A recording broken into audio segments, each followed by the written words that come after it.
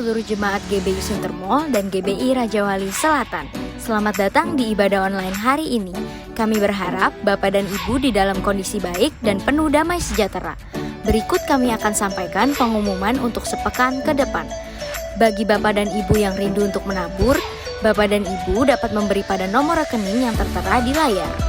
Yuk kita sama-sama belajar untuk memberi yang terbaik untuk Tuhan. Hai Generation of Change, jangan lupa ya untuk ikut ibadah setiap hari Minggu, premier jam 10:15 siang di YouTube GOC Teens. Buat kalian yang belum follow sosial media kami, yuk follow Instagram GOC @GOCTeens.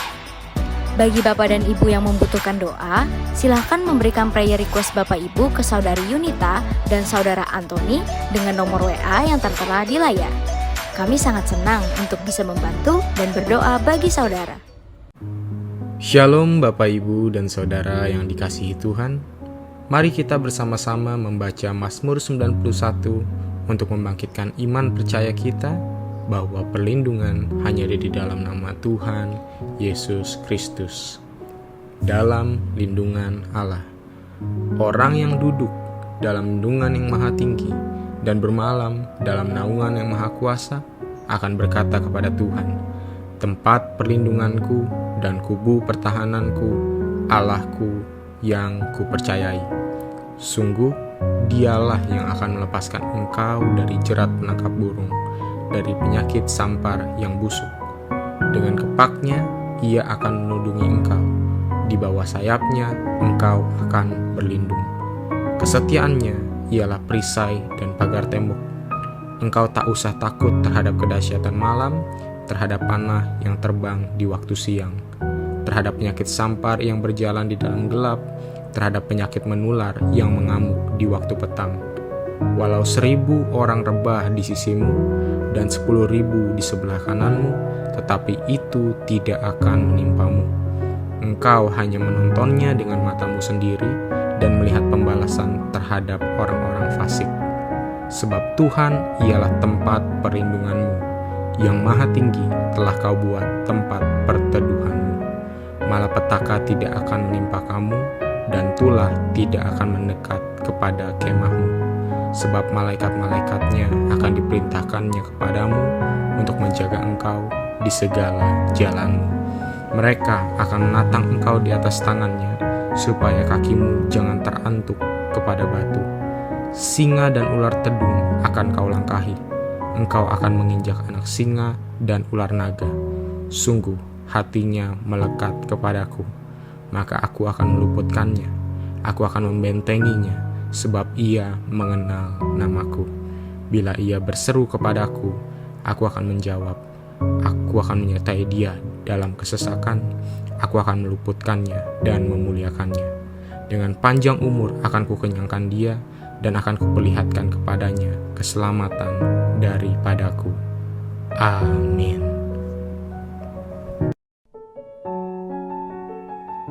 Pentakosta ketiga adalah pencurahan Roh Kudus yang dahsyat di zaman ini, melebihi yang terjadi di Azusa Street. Pentakosta ketiga akan mengakibatkan penuaian jiwa yang terbesar dan yang terakhir sebelum Tuhan Yesus datang kembali. Pentakosta ketiga akan membangkitkan generasi Yeremia, yaitu anak-anak muda yang dipenuhi Roh Kudus, cinta mati-matian kepada Tuhan Yesus, tidak kompromi terhadap dosa, dan akan bergerak untuk memenangkan jiwa. Pentakosta ketiga lahir di Indonesia dan bergerak ke bangsa-bangsa. Gerakan ini dari timur ke barat dan akan kembali ke Yerusalem. Pentakosta ketiga akan memberikan kuasa untuk menyelesaikan amanat agung, dan setelah itu Tuhan Yesus datang kembali.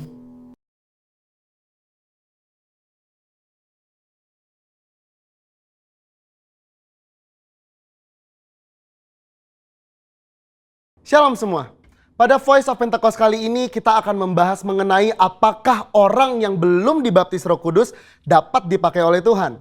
Bunda Teresa adalah seorang biarawati Katolik Roma yang menggoncang dunia karena pelayanannya terhadap kaum papa yang terpinggirkan karena penyakit kusta, AIDS, dan TBC. Bahkan dunia pun mengakui pelayanannya dengan menyematkan hadiah Nobel perdamaian di tahun 1979. Martin Luther, seorang reformator gereja yang menggoncang keadaan gereja yang kelam pada masanya. Adapun Billy Graham, seorang penginjil dari Amerika Serikat yang saat mengadakan KKR dapat mengundang jutaan orang. Bahkan beliau dianggap sebagai salah satu pemimpin Kristen paling berpengaruh di abad ke-20 ini. Sejujurnya kita tidak benar-benar tahu dengan jelas apakah para raksasa iman di atas pernah mengalami baptisan Roh Kudus dengan tanda awal berbahasa roh. Sejarah pun tidak pernah mencatatnya. Maka timbullah pertanyaan, mengapa perlu seseorang dibaptis dengan Roh Kudus dengan tanda awal berbahasa roh? Jika seseorang yang belum pernah dibaptis Roh Kudus atau mungkin sudah pernah, tapi tidak secara nyata menunjukkannya seperti para tokoh tersebut, tetap dipakai Tuhan secara dahsyat. Pengakuan iman GBI berkata bahwa baptisan Roh Kudus adalah karunia Tuhan untuk semua orang yang telah disucikan hatinya. Tanda awal baptisan Roh Kudus adalah berkata-kata dengan bahasa roh, sebagaimana diilhamkan oleh Roh Kudus. Teologi Pentakosta sangatlah menekankan tentang pengalaman dibaptis dengan Roh Kudus sebagai suatu hal yang terpisah dari karya keselamatan Kristus yang bertujuan untuk penyelesaian amanat agung. Kisah Para Rasul 1 ayat 8 mencatat, tetapi kamu akan menerima kuasa kalau Roh Kudus turun ke atas kamu. Dan kamu akan menjadi saksiku di Yerusalem dan di seluruh Yudea dan Samaria dan sampai ke ujung bumi.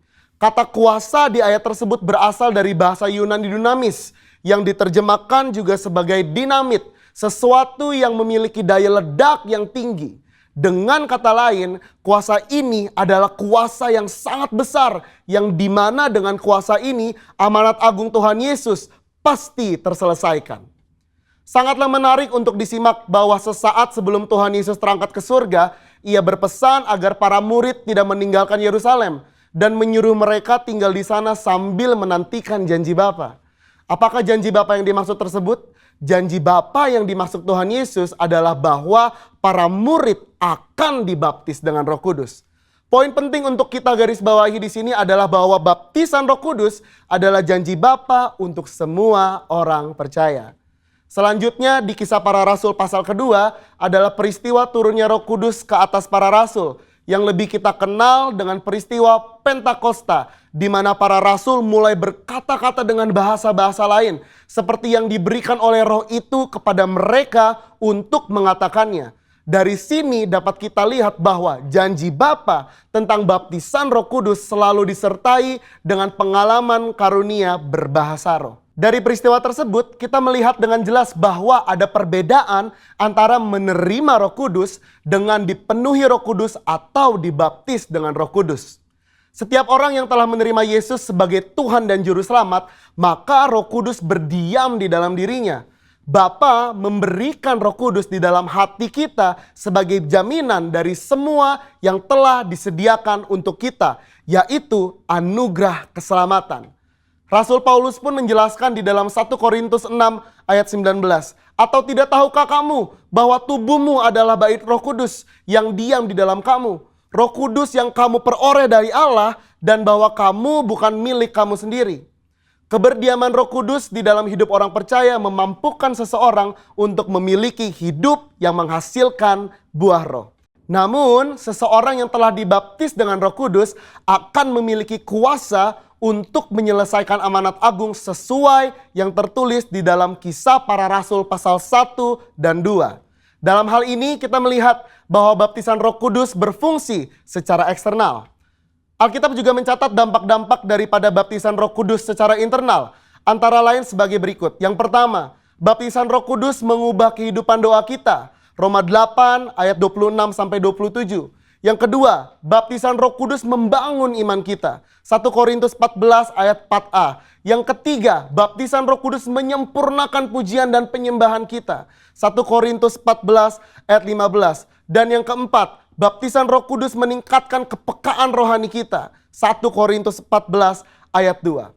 Robert P. Mencius, seorang hamba Tuhan dan juga seorang penulis, memaparkan di dalam salah satu bukunya yang berjudul Speaking in Tongues, bahwa tanda kedewasaan Kristen tidak diukur dengan sudah atau belum mengalami baptisan roh. melainkan diukur dari hidup yang menghasilkan buah roh. Di mana hal ini juga menjadi bagian dari proses pengudusan atau sanctification. Akan tetapi perlu dimengerti bahwa di satu sisi adalah mungkin bagi seseorang untuk mengalami kuasa Roh Kudus tanpa berbahasa roh. Namun hal ini bukanlah pengalaman Alkitab yang utuh sebagaimana tertulis di Kisah Para Rasul pasal 1 dan 2. Dari penjelasan tersebut maka dapat disimpulkan bahwa meskipun seseorang belum dibaptis Roh Kudus, ia dapat dipakai Tuhan secara dahsyat. Namun pengalaman baptisan Roh Kudus membuat orang percaya dapat melayani tubuh Kristus dengan lebih maksimal.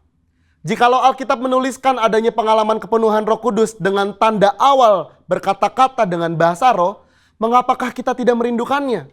Saudara, untuk penjelasan lebih lengkapnya dari tim teologi kami, jangan lupa buka link yang ada di atas atau scan QR Code yang tersedia. Salam integritas. Tuhan Yesus memberkati.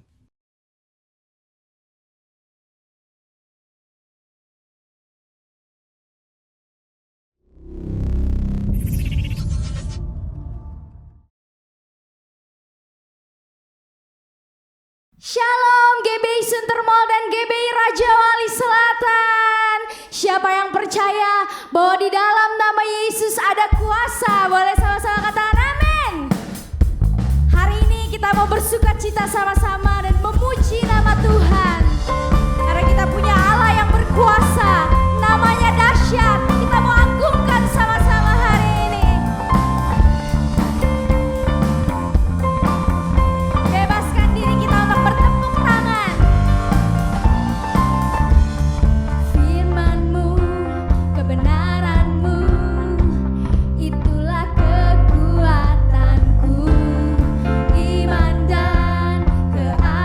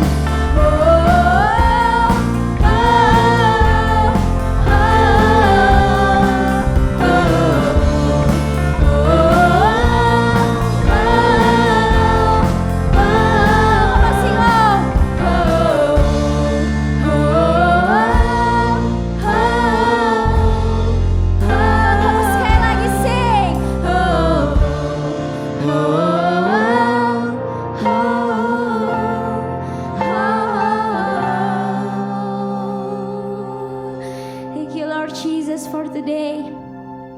Makasih Tuhan Yesus buat hari ini. Karena kasih-Mu yang luar biasa dalam hidup kami boleh ada hingga detik ini ya Tuhan. Kami percaya Engkau selalu ada bersama-sama dengan kami. Engkau tidak pernah meninggalkan kami ya Tuhan. Hari ini kami mau siapkan hati kami yang terbaik untuk lebih lagi masuk di dalam hadirat-Mu. Kami rindukan kehadiran-Mu Tuhan. Kami rindukan jamahan-Mu ya Tuhan. Ya Allah Roh Kudus, mari penuhi ruangan dimanapun kami sedang beribadah online saat ini. Kami rindukan kuasa-Mu turun bekerja atas kehidupan kami. Thank you Lord Jesus.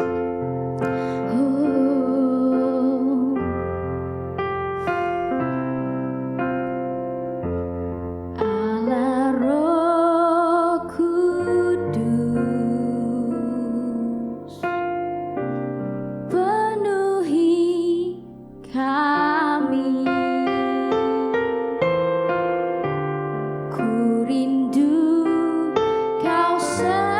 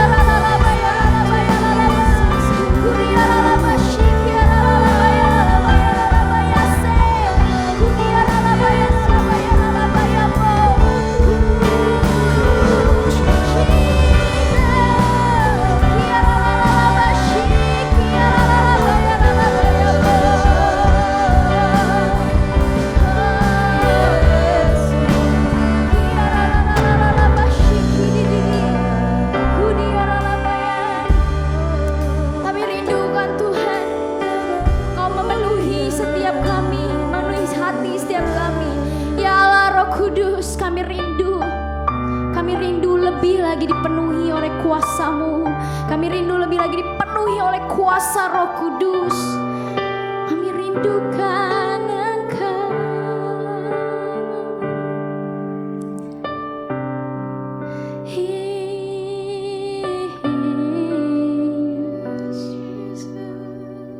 Mari sama-sama dengan lembut kita mau nyanyikan.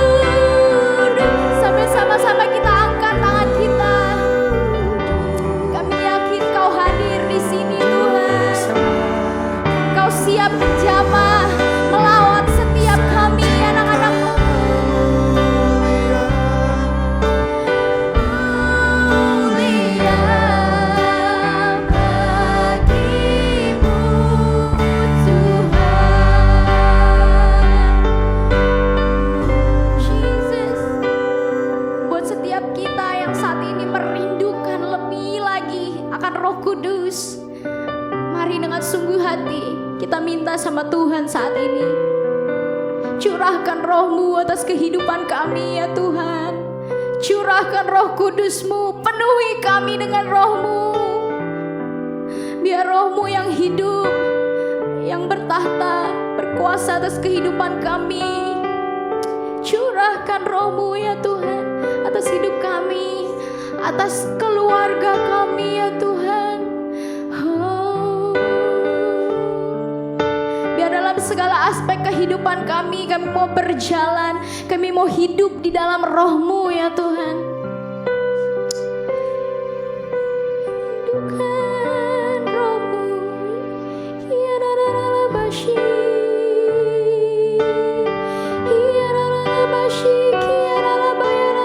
curahkan Roh-Mu, curahkan Roh-Mu.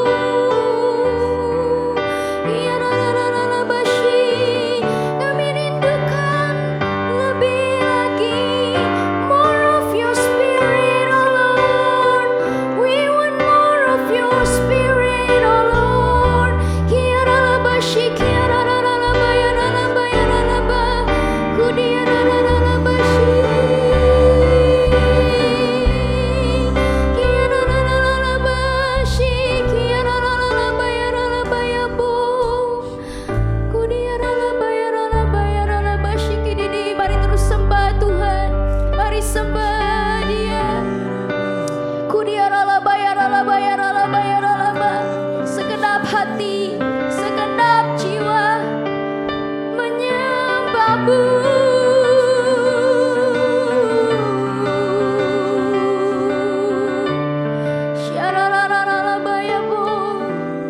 We want more of You Lord, we want more of You Lord. Biar hari ini kuasa-Mu dinyatakan atas anak-anak-Mu. Jesus, come on sing. Fill us with Your Spirit, fill us with Your power, fill us with Your glory, Lord. As we come together, fire burning in my soul, affection for the lost, empower us again.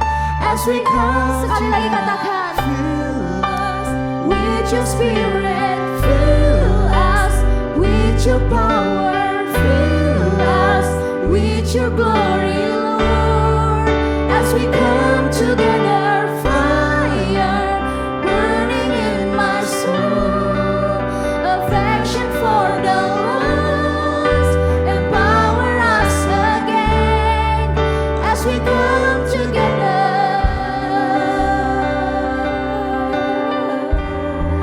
As we come together, come on, let your spirit move, oh Lord, in this place. Let your spirit move. Let your spirit move, mari minta. Let your spirit move, oh Lord, as we come together. Let your spirit move. Let your spirit move. Let your spirit move, oh Lord, as we come together. Let your spirit move in this place, Lord, menjamah hati kami, membakar kami dengan api yang baru. Let your spirit move, oh Lord, as we come together. Let your spirit move. Let your spirit move. Let your spirit move, oh Lord, as we come together. Let your spirit move. Let your spirit Yes. Let your spirit move. Let your spirit move, oh Lord, as we come together. Fill us with your spirit. Fill us with your power.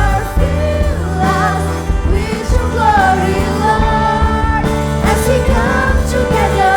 Fire burning in my soul, affection for the lost, empower us again as we come together. Fill us with your spirit. Fill us with your power.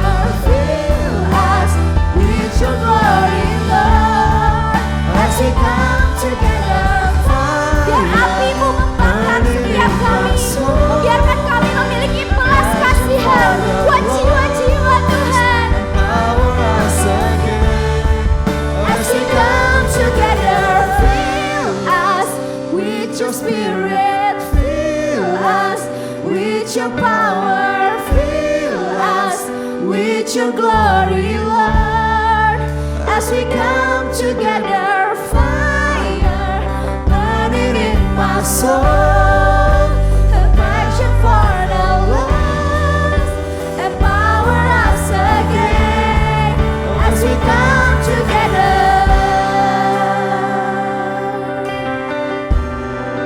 As we come together.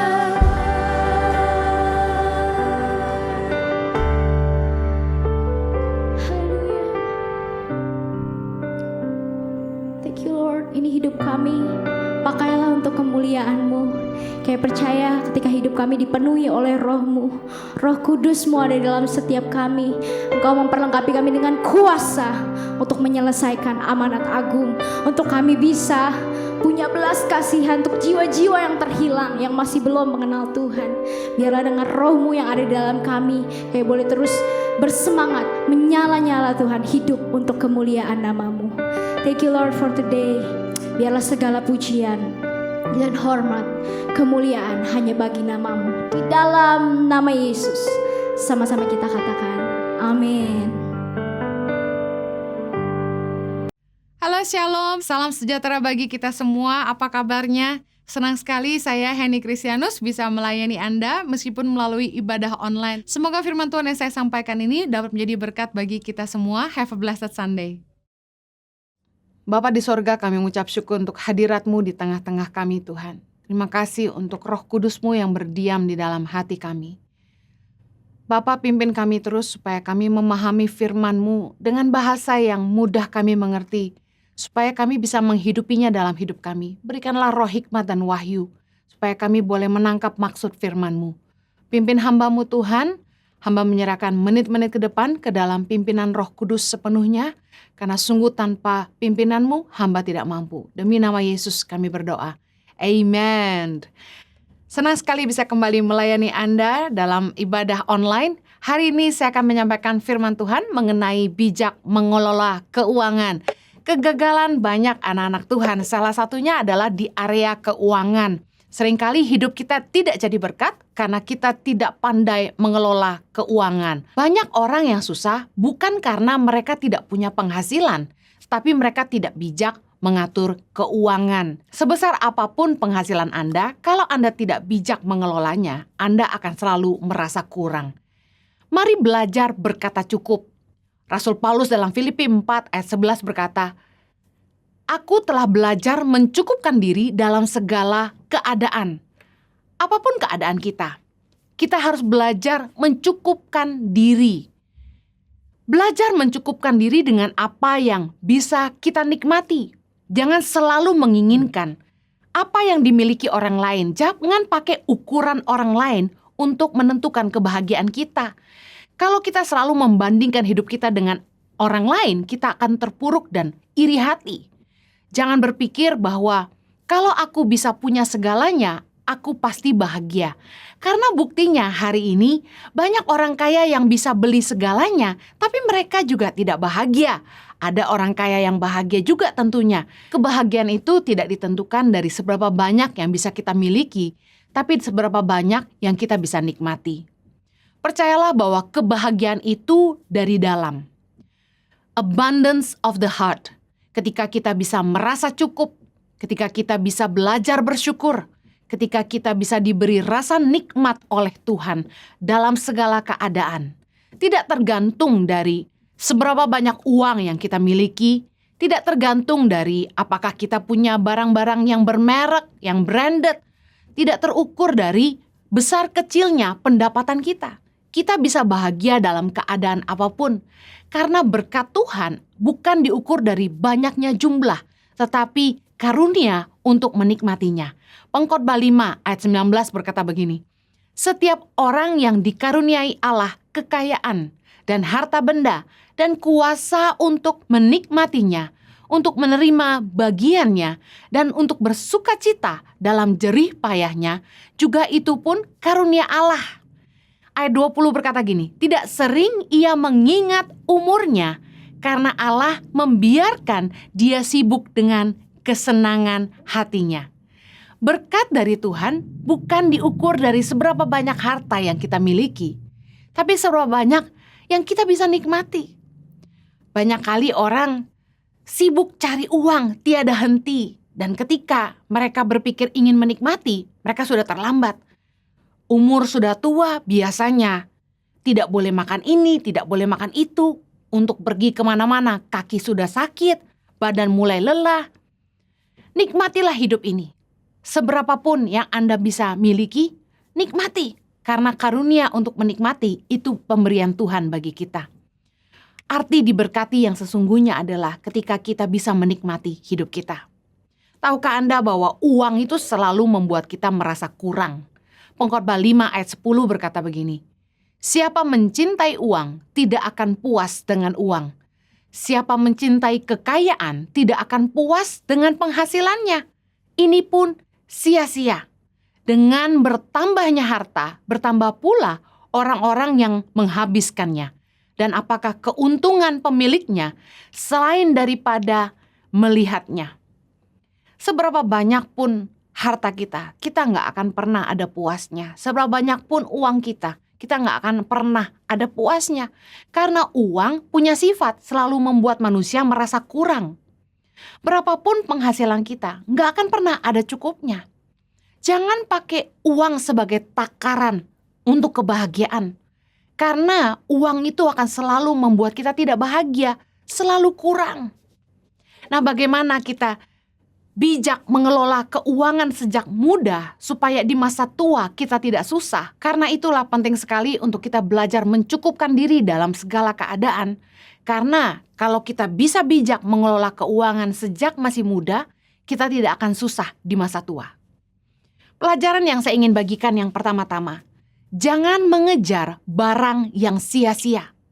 Amsal 28 ayat 19 berkata begini, "Siapa mengerjakan tanahnya akan kenyang dengan makanan, Tetapi siapa mengejar barang yang sia-sia akan kenyang dengan kemiskinan.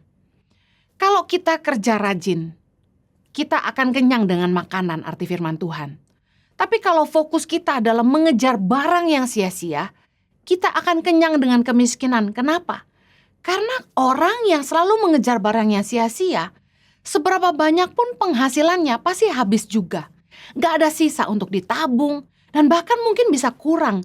Karena hutang kartu kredit, itu yang membuat orang jadi miskin.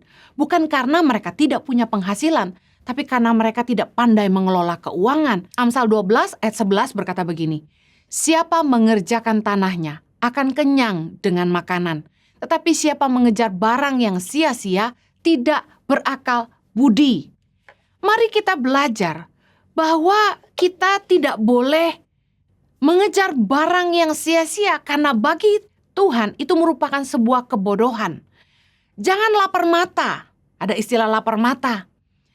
Jangan selalu mengikuti keinginan mata kita, nafsu kita. Keinginan, ingin punya ini, ingin punya itu, ingin beli ini, ingin beli itu. Lihat ini mau, lihat itu mau. Kalau sekedar cuci mata, tidak apa-apa. Mari kita baca sama-sama dalam Pengkhotbah 6 ayat yang ke-9. Lebih baik melihat saja daripada menuruti nafsu. Berarti window shopping itu alkitabiah. Kita ke mall hanya untuk lihat-lihat. Tapi hati-hati, kalau Anda tidak bisa menguasai diri, Anda akan jadi orang yang lapar mata. Beli ini dan itu, besar pasak daripada tiang. Akhirnya Anda yang tidak niat belanja, jadi belanja. Padahal tidak ada anggaran untuk beli, Anda maksa beli. Ini yang membuat orang akhirnya jadi susah. Jangan tergiur dengan 4 huruf ini. S-A-L-E, sell. Biasanya orang Indonesia kalau lihat tulisan sell langsung kalap.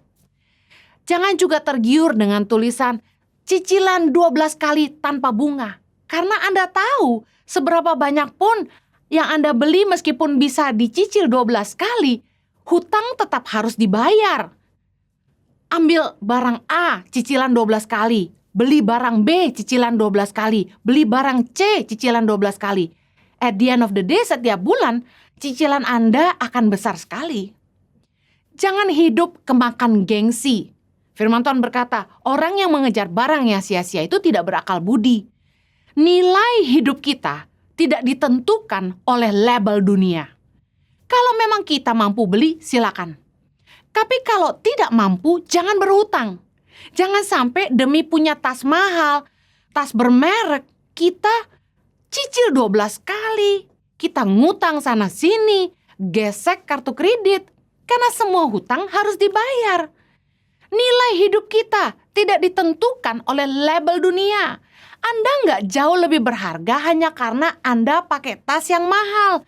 Anda juga tidak kurang berharga hanya karena Anda pakai tas murah. Kita seringkali terjebak dengan cara-cara dunia. Kalau tidak pakai Louis Vuitton tidak gaya. Kalau tidak pakai Chanel tidak punya nama. Jadilah diri sendiri. Nikmati hidup kita. Seberapa yang kita punya.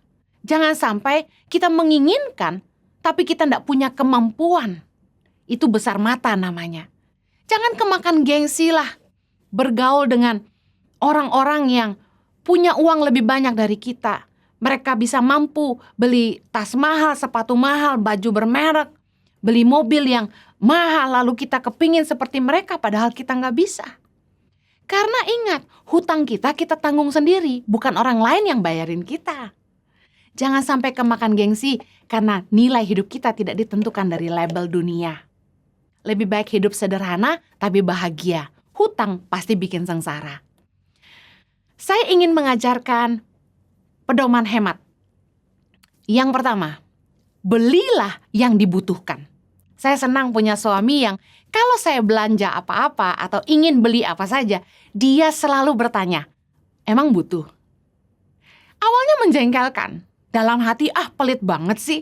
Tetapi Jojo mengajar saya untuk jadi perempuan bijak. Kalau mau beli apa-apa, bertanya pada diri Anda, butuhkah? Karena gini, kalau kita beli yang kita tidak butuh, kita cuma pakai 1 kali aja, habis itu simpan di lemari, kita nggak pakai lama-lama jadi rusak, dan ujung-ujungnya yang nggak kita pakai itu, kita bagi juga buat orang lain. Nah kan Bu Heni, kita bagi buat orang lain, itu kan kebaikan. Enggak, itu kebodohan. Kita beli yang kita nggak butuh. Kalau Anda ingin hemat, beli yang dibutuhkan. Yang kedua, beli yang berkualitas di waktu yang pas. Kapan itu waktu yang pas? Waktu lagi sale. Tahukah Anda, beli barang-barang yang baru keluar itu mahal.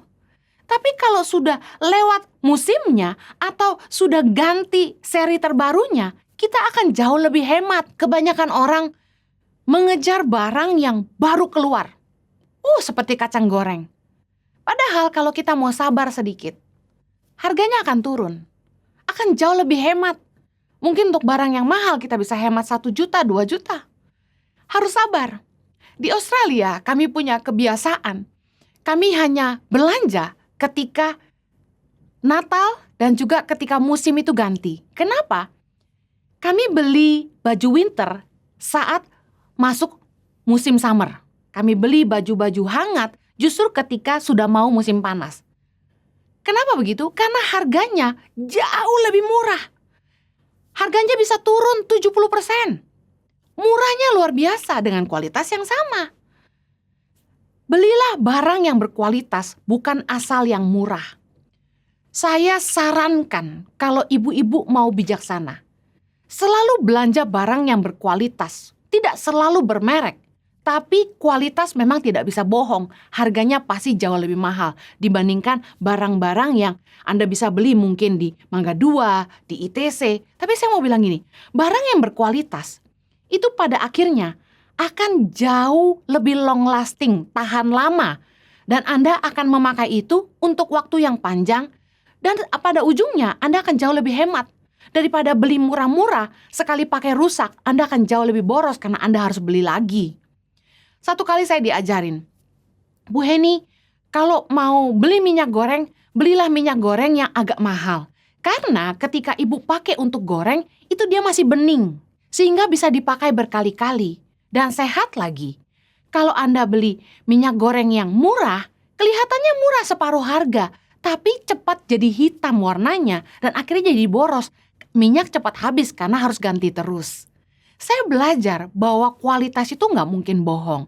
Ada harga, ada barang. Tapi bukan soal mereknya, nggak perlu branded. Tapi merek yang kita bisa percaya tentunya ya. Di waktu yang pas. Poin ketiga ini nyambung dengan itu. Saat kebutuhan sehari-hari sedang ada potongan harga, beli lebih banyak. Karena pada akhir tahun, di anggaran keuangan Anda akan jauh lebih hemat. Barang-barang yang Anda pasti butuh tuh seperti sampo, sabun, minyak sayur, gula, tepung, dan sebagainya. Barang-barang yang memang dibutuhkan untuk sehari-hari. Ketika sedang ada potongan harga, belilah lebih banyak. Seperti sabun cuci pakaian dan lain sebagainya. Amsal 21 ayat 20 berkata begini, harta yang indah dan minyak ada di kediaman orang bijak. Tetapi orang yang bebal memboroskannya. Kita perlu sekali belajar menata keuangan bagaimana kita bisa hemat. Bukan pelit, tapi hemat, bijaksana. Sadarilah bahwa ada fase-fase yang kita akan lewati dalam hidup kita. Anda bisa lihat di tabel di layar kaca Anda. Saya mendapat ini dari salah satu narasumber di program Ngobrol Bareng Keheni yang lalu tentang belajar bijak mengelola keuangan dan investasi. Di usia 0 sampai 20 adalah masa anak-anak bertumbuh dan sekolah, kuliah. Nah, diharapkan di usia 22-23 itu sudah kelar kuliah. Nah, kita perlu tegas sama anak-anak kita karena inilah fase hidup mereka. Jangan sampai di fase mereka sudah lulus kuliah, mereka masih kuliah ketika mereka harusnya sudah kerja. Nah, di fase usia 20 sampai 35 tahun adalah fase di mana anak-anak muda itu mulai membangun karir, memulai usaha, mulai bekerja mandiri. Nah, apa yang harus dilakukan di usia-usia ini, 20 sampai 35? Mulai belajar beli rumah, investasi, mulai nabung untuk masa depan. Anda mau menikah bukan? Nah, kalau mau menikah harus siap-siap punya rumah. Karena beli atau ngontrak Anda tetap butuh rumah. Ada waktu yang harus kita perhitungkan kapan kita mau berkeluarga. Lalu kapan kita mau pensiun. Harus ada dana cadangan untuk masa tua. Nah, kita harus ngerti life stages, fase-fase tahapan-tahapan kehidupan yang kita harus lewati, mau nggak mau. Kalau kita nggak bijak dengan life stages ini, kita akan melewati masa-masa di mana kita harusnya produktif, kita tidak produktif, maka di masa tua kita akan susah. Perencanaan keuangan masing-masing orang berbeda-beda. Anda bisa menetapkannya sendiri, tapi harus disertai dengan komitmen. Saya beri contoh. Mengalokasikan pengeluaran setiap bulan seperti ini. Perpuluhan dan persembahan 15-20% dari penghasilan bulanan. Ini terserah Anda mau mengaturnya seperti apa. Saya hanya memberi contoh. Karena ketika Tuhan memberkati kita, ada benih yang harus ditabur kembali, ada roti yang memang bagian kita untuk dinikmati. Nah, saya bicara benih, perpuluhan dan persembahan, taburan untuk orang tua, Anda nolong orang lain, dan lain sebagainya, itu 15-20%. Kemudian, kebutuhan konsumsi, kebutuhan pokok seperti makan, minum, tagihan listrik, biaya telepon, biaya transportasi, sekolah anak, dan lain sebagainya, 30-40%. Berikutnya, kewajiban kredit. Kalau Anda yang ada cicil rumah atau cicil kendaraan, tidak boleh lebih dari 30-40% dari penghasilan Anda. Kemudian sisanya, belajar menabung dan berinvestasi 10-20%. Kenaikan pendapatan bukan berarti menaikkan konsumtif kita. Artinya apa? Kita nggak akan bisa menikmati lebih kalau kenaikan pendapatan kita selalu diiringi dengan kenaikan gaya hidup kita. Ketika gaji naik, penghasilan bertambah. Kalau selalu diiringi dengan naiknya gaya hidup, naiknya pengeluaran, kita nggak akan pernah ngerasa ada lebihnya. Pas-pasan terus. Nah, bagaimana kita bijak mengatur keuangan? Pastikan kenaikan pendapatan jangan sama dengan kenaikan pengeluaran. Bagaimana cara membuat perencanaan keuangan? Anda bisa mengerjakan ini di Excel, di komputer, atau ambil kertas dan pulpen dan tulis. Buat pos pengeluaran bulanan. Bagi jadi 2 tabel, pisahkan kebutuhan pokok bulanan dan gaya hidup. Di bagian kebutuhan pokok bulanan, Anda bisa cantumkan kebutuhan makan, uang sekolah, tagihan listrik, air, dan lain sebagainya, transportasi kerja, dan lain sebagainya. Sedangkan di kebutuhan gaya hidup, yang biasanya Anda lakukan, Anda bisa isi di situ. Kemudian, yang kedua, Anda harus mulai mengalokasikan berapa uang yang Anda mau tabung dan investasikan. Yang ketiga, pastikan Anda juga mengalokasikan berapa piutang yang Anda harus bayar. Pastikan Anda bayar tagihan-tagihan Anda, cicilan kartu kredit maupun tagihan listrik dan lain sebagainya tepat waktu. Karena denda dan bunga akan membuat pengeluaran kita bertambah. Tambahkan juga pengeluaran untuk asuransi, karena asuransi merupakan perlindungan bagi Anda dan keluarga. Sehingga ketika Anda sewaktu-waktu harus berobat, Anda tidak mengeluarkan uang lebih banyak. Hari ini sudah ada BPJS yang terbilang jauh lebih murah dibandingkan asuransi swasta. Anda bisa memilih apa yang Anda mau untuk diri Anda sesuai dengan kebutuhan masing-masing. Saran saya, setelah Anda membuat anggaran ini, kalau masih ada uang lebih, nikmati, habiskan. Karena banyak orang bisa cari uang tapi tidak bisa menikmati hidup.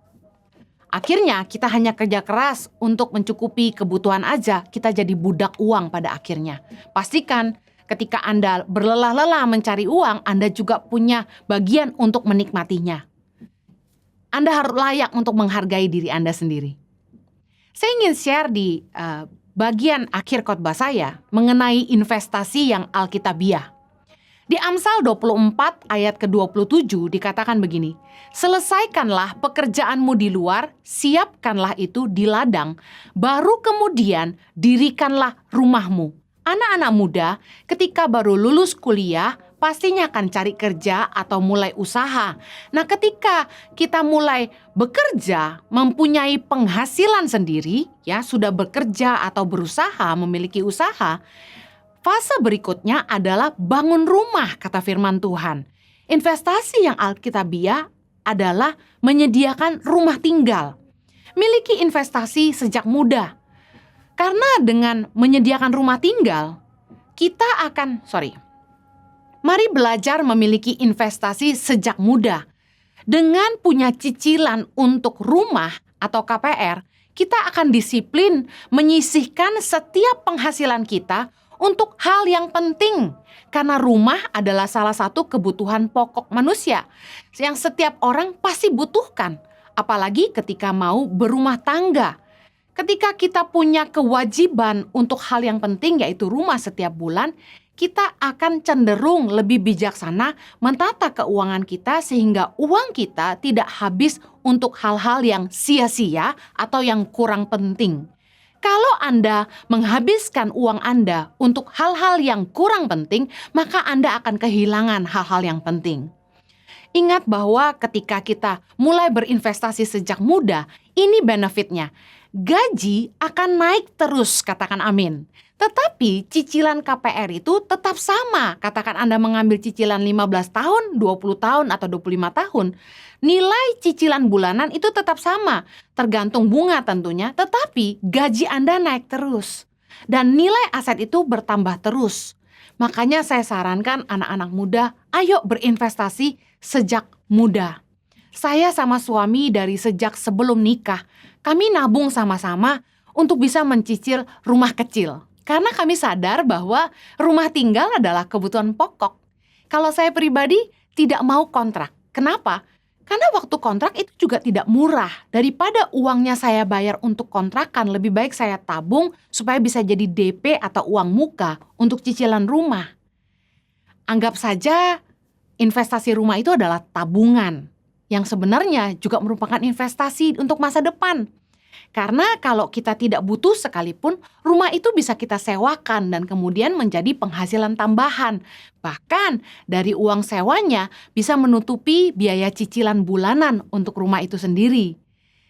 Percayalah suatu hari nanti ketika Anda membutuhkannya untuk rumah tinggal keluarga Anda akan sangat berbahagia karena Anda sudah memulainya sejak muda. Bukan mewah tidaknya rumah yang menjadi target. Kita harus menyesuaikan dengan kemampuan sendiri, supaya jangan sampai cicilannya mencekik leher kita. Amsal 24 ayat 3 berkata gini, dengan hikmat rumah didirikan, dengan kepandaian itu ditegakkan. Artinya gini, kita harus berhitung baik-baik, kita harus mikir baik-baik bagaimana caranya supaya kita bisa mencicil rumah untuk masa depan kita. Jangan demi rumah besar, sampai-sampai kita makan aja nggak bisa. Tadi saya bilang bahwa besarnya cicilan bulanan maksimal itu 30-40% dari penghasilan kita. Jangan lebih. Karena kalau kita punya cicilan hutang lebih dari itu, maka leher kita akan tercekik. Jangan sampai kita nggak nikmatin hidup juga, karena cicilan rumah itu lama, 15-25 tahun. Jangan sampai kita cuma makan tempe tahu aja. Kita harus juga menikmati hidup kita. Bagaimana supaya kita tidak tercekik oleh cicilan kredit rumah? Pastikan kita jujur ketika kita mengisi aplikasi KPR di bank, berapa pendapatan kita yang sesungguhnya. Jangan serakah, jangan sampai kita beli di luar kemampuan. Ada orang yang serakah sudah punya rumah satu, tapi dia tertarik untuk punya investasi lebih, dia beli lagi. Beli lagi.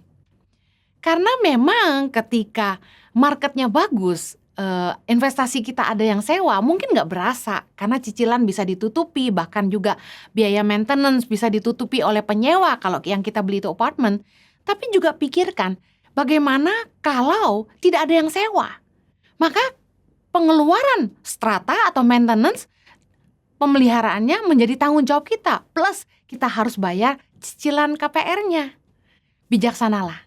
Jangan sampai kita jadi orang yang serakah, lalu malah mencekik leher kita sendiri. Lukas 14 ayat 28 berkata, sebab siapakah di antara kamu yang kalau mau mendirikan sebuah menara, tidak duduk dahulu membuat anggaran biayanya, kalau cukup uangnya untuk menyelesaikan pekerjaan itu. Baik-baik duduk berhitung. Jangan sampai kita serakah. Kita harus cermat dan cerdik dalam mengelola. Saya percaya bahwa rumah adalah kebutuhan. Dan yang saya tahu pasti bahwa Tuhan pasti menyediakan yang kita butuhkan. Kalau sampai kita serakah seperti yang tadi disampaikan tadi, kita beli di luar kemampuan, atau malah kita beli kebanyakan, sehingga kita kesulitan membayar cicilan, saya mau bilang itu kesalahan kita. Tapi kalau itu merupakan kebutuhan, kita tidak punya lalu kita butuh, saya percaya Tuhan pasti sediakan. Matius 6 ayat 31 dan 32 berkata gini, sebab itu janganlah kamu khawatir dan berkata, apakah yang akan kami makan? Apakah yang akan kami minum? Apakah yang akan kami pakai? Semua itu dicari bangsa-bangsa yang tidak mengenal Allah. Akan tetapi, Bapamu yang di sorga tahu bahwa kamu memerlukan semuanya itu. Artinya apa? Sejauh itu merupakan kebutuhan, saya yakin Tuhan pasti sediakan. Bapa di sorga tahu bahwa kita membutuhkan rumah. Anda beli atau ngontrak, Anda tetap butuh rumah. Kalau saya punya prinsip pribadi, daripada sewa, uangnya lebih baik untuk uang muka. Saya mau tutup dengan ini. Hari ini, bekerja dan berusahalah dengan jujur. Lakukan firman Tuhan. Lakukan semua usaha dan pekerjaan Anda di dalam kebenaran. Karena janji firman Tuhan, bahwa kalau kita mencari dahulu kerajaan Allah dan kebenarannya, maka semuanya akan ditambahkan dalam hidup kita. Mari bangun hidup kita di atas dasar kebenaran firman Tuhan. Lakukan kehendak Tuhan dalam hidup kita. Dan pastikan kita berusaha juga. Karena doa saja tanpa perbuatan adalah sia-sia. Saya berdoa agar setiap kita bijak mengelola keuangan, supaya hidup kita juga dimerdekakan. Jangan pernah berhutang, karena hutang membuat kita jadi hamba orang. Tuhan berkati, mari kita berdoa. Bapa di sorga, berikan hikmat buat anak-anak-Mu, bahwa di dalam hidup kami harus bijak mengelola apa yang Tuhan percayakan kepada kami. Hidup ini ada masanya, ada tahapannya, kami harus bijak memakai waktu kami, ketika kami harus bekerja, ketika kami harus bangun rumah, ketika kami harus menikah, dan kami harus persiapkan dana untuk di masa tua. Tuhan, tolong anak-anak-Mu, biar kiranya hidup kami jadi terang, jadi teladan, tidak menyusahkan orang. Kami tidak berhutang kepada siapapun, bahkan kami yang jadi berkat buat orang lain di sekitar kami. Berkati Tuhan setiap perencanaan anak-anak-Mu, beri hikmat kepada setiap mereka. Demi nama Yesus kami berdoa. Amen. Mari kita siapkan diri kita untuk menerima doa berkat pada hari ini.